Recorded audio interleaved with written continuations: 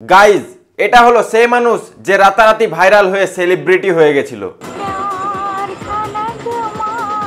ইনি অনেক reality show করেছিল, গান গেয়েছিল স্টুডিওতে গিয়ে, আর এখন সে গায়েব হয়ে গেছে। কোথায় আছে, কি করছে, কি খাচ্ছে আর কিভাবেই বা দিন কাটাচ্ছে, সেটাই আমি দেখার জন্য আজকে বেরিয়ে পড়েছি। তো আপনারা ভিডিওটি শেষ পর্যন্ত দেখতে থাকুন, অনেক ইন্টারেস্টিং হতে চলেছে। Hey guys, welcome back to my blog channel. তো আজকে আমি যাব আপনাদের সবার প্রিয় রানু মণ্ডলের বাড়ি। সে কিছুদিন আগে প্রচুর ভাইরাল হয়েছিল আর এখন তার কোনো খোঁজ খবর নেই, সেই জন্য আমরা তাদের বাড়ি যাব ডিরেক্টলি। এখন আছি বহরমপুর কোর্ট স্টেশনে আর তার বাড়ি হচ্ছে রানাঘাট। তো রানাঘাটে সেখান থেকে যাবো, আর কিভাবে যাওয়া যায় তো আপনারা ভিডিওটি শেষ পর্যন্ত দেখতে থাকুন। আর সে এখন কেমন অবস্থায় আছে, কোথায় আছে, কি খাচ্ছে, সেটাই আপনাদেরকে দেখাবো। আর তার কাছ থেকে জেনে নেব যে তার এখন কেমন সিচুয়েশন, সে কী অবস্থায় আছে। তো ভিডিওটি শেষ পর্যন্ত দেখতে থাকুন, অনেক ইন্টারেস্টিং আর মজাদার হতে চলেছে। তো চলুন এখন ডাইরেক্টলি যাওয়া যাক।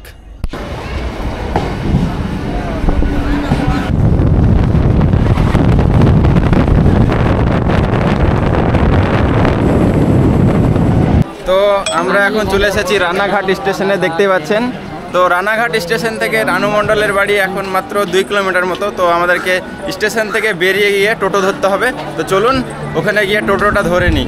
তো চলুন এখন রানু মণ্ডলের বাড়ি যাব, কিন্তু তার আগে আমাদেরকে কিছু জিনিসপত্র নিতে হবে। আজকে আমরা রানু মণ্ডলের বাড়ি এসেছি, মানে একটা এক্সাইটেড তো অবশ্যই আছে, আর ভিতরে একটু ভয়ও আছে, কারণ রানু মণ্ডল ঝাঁটার বাড়ি টাড়ি মারে। তো তবে দেখা যাক আজকে আমার ঝাঁটার বাড়ি খায় কি না।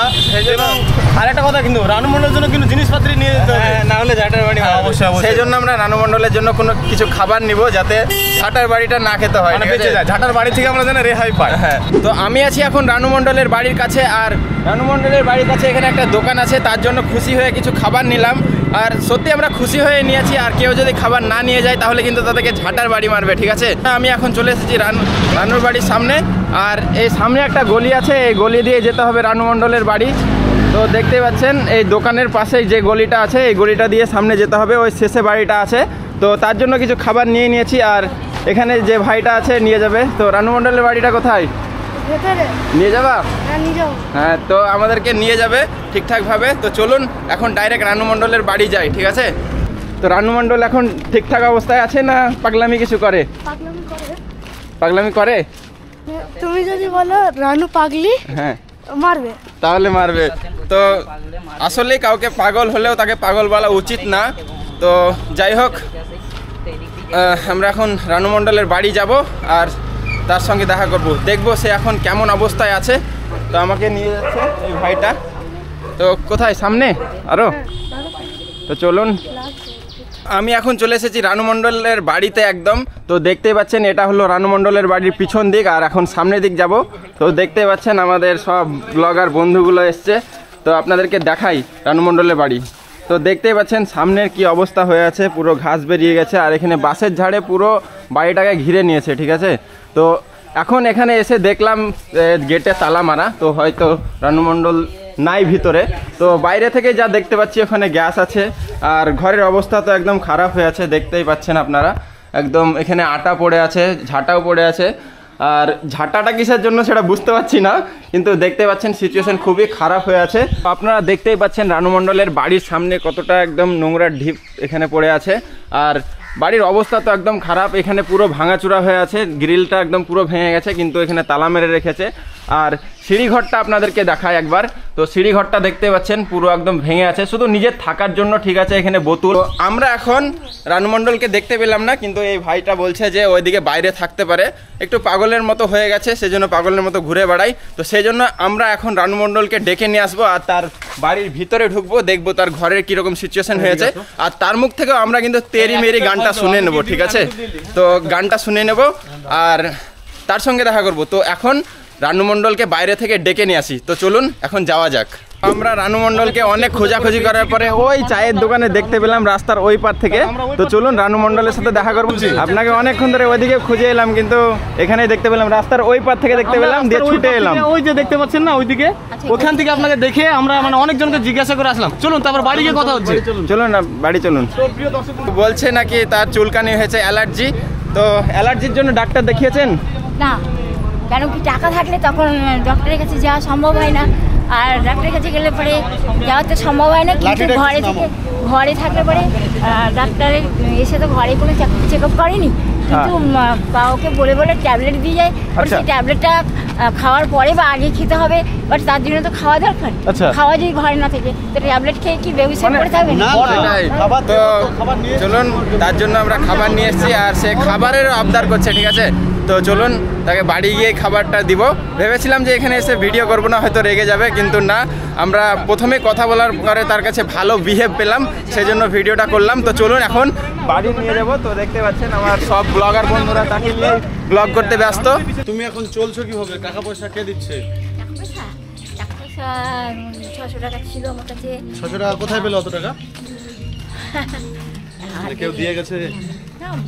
রানুদি, আপনার কাছে আসার পরে আপনার যে এই হ্যাপি মুখ, খুশি মুখটা আমাদের মন জয় করে দিয়েছে। রানুদি, এটাই তো বাড়ি নাকি? চলুন। তো রানুদি আমাদেরকে সঙ্গে সঙ্গে নিয়ে যাচ্ছে তার বাড়িতে। দেখতে পাচ্ছেন প্রিয় দর্শক বন্ধুরা, রানুদি আগে গিয়ে যাচ্ছে। আমাদেরকে ভয় লাগছে রানুদি। আচ্ছা, তো আপনি তো তালা মেরে গেছেন মনে হচ্ছে। একটা সেফটির ব্যাপার আছে তো। রানুদি এখন গেটটা খুলবে। হাসি, রানুদির হাসিটা খুবই ভালো লাগলো দেখে। আপনার হাসিটা দেখে কিন্তু সত্যি খুবই খুশি হলাম। হাসি দেখে আমরা ক্রাশ খেয়ে গিয়েছি। আমরা কি ঢুকতে পারি আপনার বাড়িতে? অবশ্যই, এসছো তো বাড়িতে। ইয়েস, বাড়িতে না ঢুকলে হয়? বাড়িতে এসছো তো, একটু হেল্প করি। খুলছে যে ঘরে থাকে, এটা হচ্ছে লাইট। তো লাইটের সুইচটা একটু প্রবলেম করছে। জুতো খুলে ঢুকলেই বেটার, কারণ এটা যেহেতু থাকে রানুদি। হ্যাঁ হ্যাঁ, তো দেখতে পাচ্ছেন রানুদির বেড, এটা এখানে ঘুমাই। তো বালিশের প্রয়োজন হয় না? বালিশের বালিশ না, বালিশ না ব্যবহার করে করে অভ্যাস হয়ে গেছে, হ্যাবিট হয়ে গেছে। এটা কি পিছনে? এটা আলমারি। এটা আলমারি। আপনি টিভিও আছে? টিভি দেখেন? টিভি দেখো? আমি তো অন করিনি কোনদিন। ঠিক আছে, দেখি। তো দেখতে পাচ্ছেন, আর এখানে আছে রানুদির মেডেল। আচ্ছা, তোমার গানটা বলো একবার। আস্তে আস্তে। তো রানুদির আমাদের সকলে, তুমি কি খুশি? হ্যাঁ, খুশি অবশ্যই। আর যদি লাগে তো আমাদেরকে বলতে পারো, আমরা কিনে এনে দেব। না না, লাগবে না। লাগবে না তো? রানুদিকে আমি একটা ছোট্ট কথা বলতে চাই। রানুদি, আপনার যদি বর্তমান কিছু প্রয়োজন হয়, মানে কিছু যদি খেতে মন চায় কিংবা যদি কিছু প্রয়োজন হয়, আপনি আমাদেরকে বলেন, আমরা যথাযথ চেষ্টা করব এনে দেব। সেই জিনিসটা খাওয়ানো একদম মানে কিভাবে বলা যায়, নিড আর কি, জরুরত, মানে খুব দরকার যেটা বলছি। আচ্ছা, কি দরকার? যেমন ফল, যে কেন কি মানে যেমন কি অ্যালার্জি চুলকানি হয়, তো তো সেই ক্ষেত্রে রান্না করা সম্ভব হয় না বা কিছু খাওয়া সম্ভব হয় না। তো ফলটা থাকলে, ফলটা বলতে শরীরের পক্ষে ভালো। হ্যাঁ, তার কিছুটা তো মেকআপ করে, কেন যে যখন চুলকায় গা হাত পা, তখন মনে হয় মানে সারা শরীর চুলকা, তখন মনে হয় কোন ধৈর্য। রানুদি, আপনি যে পরিমাণে ভাইরাল হয়েছিলেন, তখন অনেক লোকে আপনার খোঁজ খবর নিয়েছিল কিংবা আপনাকে এখান থেকে উঠিয়ে নিয়ে গিয়েছিল এবং অন্যান্য জায়গায় প্রোগ্রাম এইসবে, মানে অনেক বিজি ছিল সেই মানুষগুলা। এখন কি কেউ খোঁজ খবর নেয়? এটাই তো আপনার মানে তোমাদের এইগুলো খুব বেশি জানকারি দরকার, এবং আমি যদি এইসব ব্যাপারে বলি তো সবার যে ভালো লাগবে তা নয়, কিন্তু কথা হচ্ছে যে মানুষের মনুষ্যত্ব, ইনসানিয়ত, এইটাই আমার মনে হয় সব থেকে বড় জিনিস।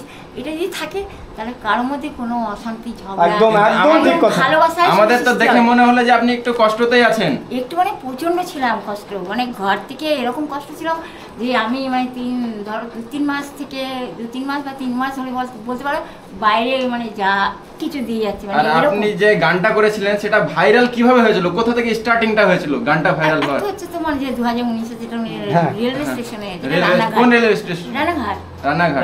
প্যার কা নগমা। হ্যাঁ, সেটা গীতে, কিন্তু হ্যাঁ ওটা তোমার গানটা কি আমরা একটু শুনতে পারি?